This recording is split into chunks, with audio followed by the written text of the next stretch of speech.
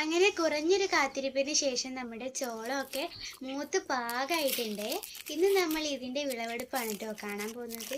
കുറേ വെള്ള ഉടുപ്പിന്റെ ഉള്ളിലാണ് കേട്ടോ നമ്മുടെ മഞ്ഞച്ചോളം ഒളിച്ചിരിക്കുന്നത്. ഈ ലൈനിൽ മൊത്തം 3 ചോളാണ് കേട്ടോ ഉണ്ടായിട്ടുള്ളത്. അങ്ങനെ ആദ്യത്തെ ചോള ഞാൻ പൊട്ടിച്ചെടുത്തിട്ടോ. ഇത് കുറച്ച് വലുതാണേ. ഇനി ഇതിന്റെ ചെറുതുണ്ട്, അതാണ് ഇപ്പം നിങ്ങൾ കാണുന്നത്. ഈ ചോള ഇത്ര ചെറുതാണെങ്കിലും ഇതിൻ്റെ മണികൾ നിങ്ങൾ ശ്രദ്ധിച്ചോ, നല്ല വീർത്തിട്ടാണ് ഇരിക്കുന്നത്. പക്ഷെ വലുതിൻ്റെത് അങ്ങനെയല്ല, ചപ്പി ഒട്ടിയിട്ടാണ് ഇരിക്കുന്നത് കേട്ടോ. ഇപ്പം നിങ്ങൾ ഈ കാണുന്ന കോണ് നമ്മളിപ്പോൾ പറിച്ചതിനെക്കാട്ടിലും വലിയ കോണാണേ, പക്ഷെ മൂത്തിട്ടില്ല കേട്ടോ. ഇനി നമുക്ക് കിട്ടിയ ചോളം പുഴുങ്ങിയെടുക്കാം കേട്ടോ.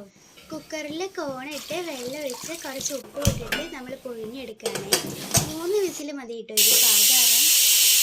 കുക്കർ ചൂടാറാൻ വേണ്ടി കുറച്ച് നേരം വെക്കുന്നുണ്ട്. അത് കഴിഞ്ഞിട്ട് നമുക്ക് കോണുകളൊക്കെ പുറത്തേക്ക് എടുക്കാം കേട്ടോ. ഇനി നമുക്ക് ഇതിൻ്റെ കൂടെ വേണ്ടത് കുറച്ച് മുളക് പൊടിയും ഒരു ചെറുനാരങ്ങയാണ്. ഇനി ചെറുനാരങ്ങയുടെ നീര് ഞാൻ കോണ് മുഴുവൻ ഒറ്റിച്ച് കൊടുക്കുന്നുണ്ട് കേട്ടോ. ഈ മുളക് പൊടി എടുത്ത് എല്ലാ വശത്തും നന്നായിട്ട് തേച്ച് കൊടുക്കുന്നുണ്ട്.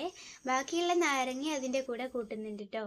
ഇപ്പം നമ്മുടെ കോണിന് എരിവുണ്ട്, പുളിയുണ്ട്, മധുരമുണ്ട്. ഇനി ഞാനൊന്ന് കഴിച്ചു നോക്കട്ടെ കേട്ടോ. ഞാൻ നേരത്തെ പറഞ്ഞില്ലേ, വലുതിൻ്റെ മണികൾ ചപ്പിയിട്ടായതുകൊണ്ട് അതിൽ നീര് കുറവായിരുന്നേ. പക്ഷേ ടേസ്റ്റ് ഉണ്ടായിരുന്നു കേട്ടോ കഴിക്കാൻ. പക്ഷേ ചെറുത് അതുപോലെയല്ല, നല്ല വീർത്ത മണികളായതുകൊണ്ട് തന്നെ നല്ല മധുരം ഉണ്ടായിരുന്നു കേട്ടോ. അടിപൊളി ടേസ്റ്റാണ്.